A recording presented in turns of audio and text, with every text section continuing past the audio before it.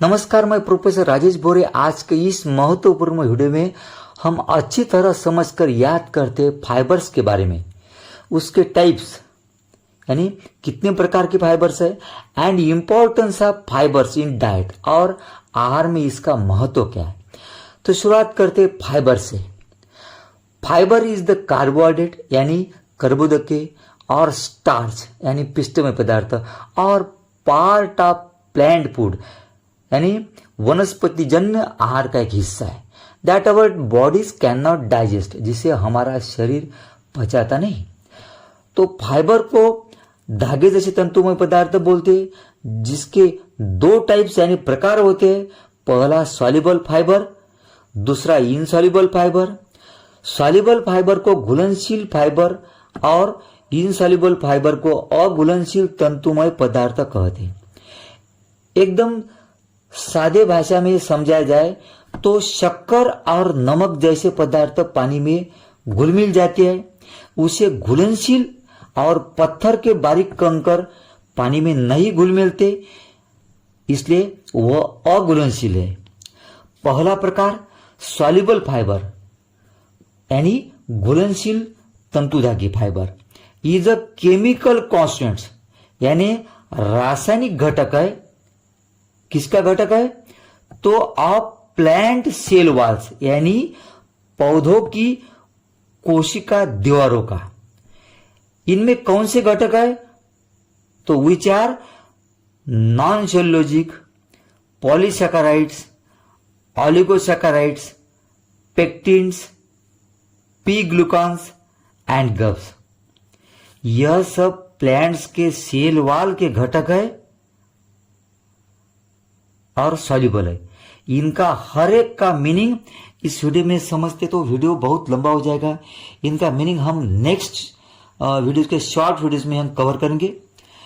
तो soluble fibre is found in foods like fruits, oats, beans and barley यानी घुलनशील fibre फल, जई, बीन्स और जौ जैसे खाद्य पदार्थों में पाया जाता है। When it dissolves in water, it forms a gel-like substance यानी जब यह पानी में घुल जाता है तो एक जेल जैसा पदार्थ बनता है। दूसरा हेडिंग है इनसॉल्युबल फाइबर यानी अघुलनशील तंतुधागे। Insoluble fibre is a chemical constituents of plant cell walls. यहां भी सॉल्युबल फाइबर जैसे इनसॉल्युबल यानी अघुलनशील फाइबर पौधों की कोशिका दीवारों का एक रासायनिक घटक है, लेकिन सॉल्युबल फाइबर में नॉन सेल्यूलोज यानी गैर सेल्यूलोज थे, लेकिन इनसॉल्युबल फाइबर में सेल्यूलोज, हेमी सेल्यूलोज, लिग्निन पाया जाता है। Insoluble fibre does not dissolve in water यानी अघुलनशील फाइबर पानी में नहीं घुलता है। हाँ, इसलिए तो इसे इनसॉल्युबल संबोधते हैं। और यह कहाँ मिलते हैं?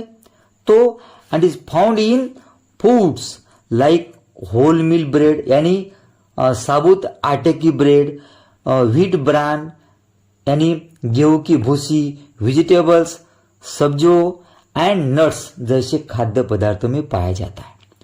अब है नया हेडिंग इंपॉर्टेंस ऑफ फाइबर्स यानी रेशो या तंतु के फायदे। यहां 4 फायदे दिए हैं।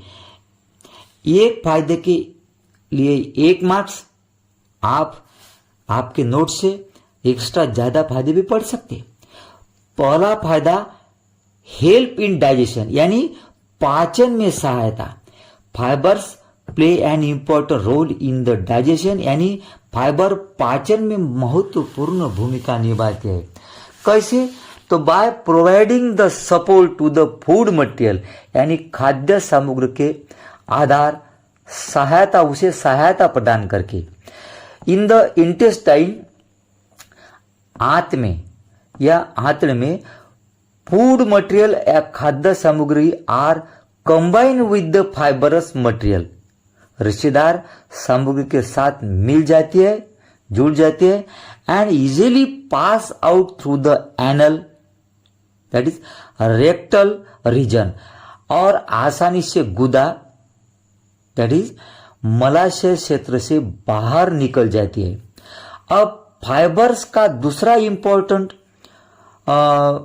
क्या है, तो मेंटेन द कोलेस्ट्रॉल लेवल, यानी फाइबर कोलेस्ट्रॉल के स्तर को बनाए रखता है। In our body cholesterol are not easily pass out from the body, यानी हमारे शरीर में कोलेस्ट्रॉल आसानी से बाहर नहीं निकलता है। But due to involvement of fibres, यानी लेकिन फाइबर की भागीदारी के कारण इसके साथ फाइबर जुड़ जाते हैं तो अनवांटेड कोलेस्ट्रॉल, यानी अवांछित, यानी जो कोलेस्ट्रॉल हमारे शरीर को जरूरी नहीं, वह cholesterol Liggett with the fibre, यानी फाइबर के साथ जुड़ जाता है and easily excrete from the body, यानी आसानी से शरीर से बाहर निकल जाता है। फाइबर का तीसरा इंपॉर्टेंस है, fibre maintain the blood sugar level, यानी फाइबर रेशा तंतु शर्करा के स्तर को बनाए रखता है। कैसे, तो by helping in the digestion process, यानी फाइबर पाचन प्रक्रिया में मदद करके fibre allows the essential substances absorption, शोषण करता है, एंड रिमूवल, बाहर निकलता है, यानी फाइबर आवश्यक पदार्थों के अवशोषण और निष्कासन, यानी बाहर निकलना की अनुमति देती है, परमिशन देती है ना। So it regulates the blood sugar level, इसलिए यह रक्त शर्करा के स्तर को नियंत्रित करते हैं। नेक्स्ट, फाइबर का चौथा इंपॉर्टेंस, प्रिवेंशन इन जीआईटी, यानी गैस्ट्रो इंटेस्टिनल ट्रैक्ट इन्फेक्शन, यानी पेट के आंत या आंतड़ी का संक्रमण से बचाव, उसका इन्फेक्शन से। तो सम टाइम्स इनडाइजेशन, यानी कभी कभी अपच या अपचन, कॉन्स्टिपेशन यानी कब्ज, एंड डिस्टर्ब डाइजेशन, और पाचन में गड़बड़ी के कारण causes the infections in the GIT, GIT में संक्रमण हो जाता है। For the treatment of this conditions, यानी इन स्थितियों के इलाज के लिए डॉक्टर आर रिकमेंडिंग, यानी डॉक्टर सलाह देते हैं by taking of more fibres fruit और वेजिटेबल्स, यानी अधिक फाइबर वाले फल या सब्जियां खाने की सलाह देते हैं doctor. Fibre are also preventing the severe problems like piles, fibre बवासीर जैसे गंभीर समस्या से भी बचा रहा है। Thanks for watching the video. तो इस महत्वपूर्ण ऐसे वीडियो आप अपने मित्र को भी शेयर कर सकते हैं, क्योंकि इतनी सिंपल तरीके से समझाए बड़े वीडियो आपको मेरे ख्याल से नहीं मिलते। थैंक्स, मिलते नेक्स्ट वीडियो।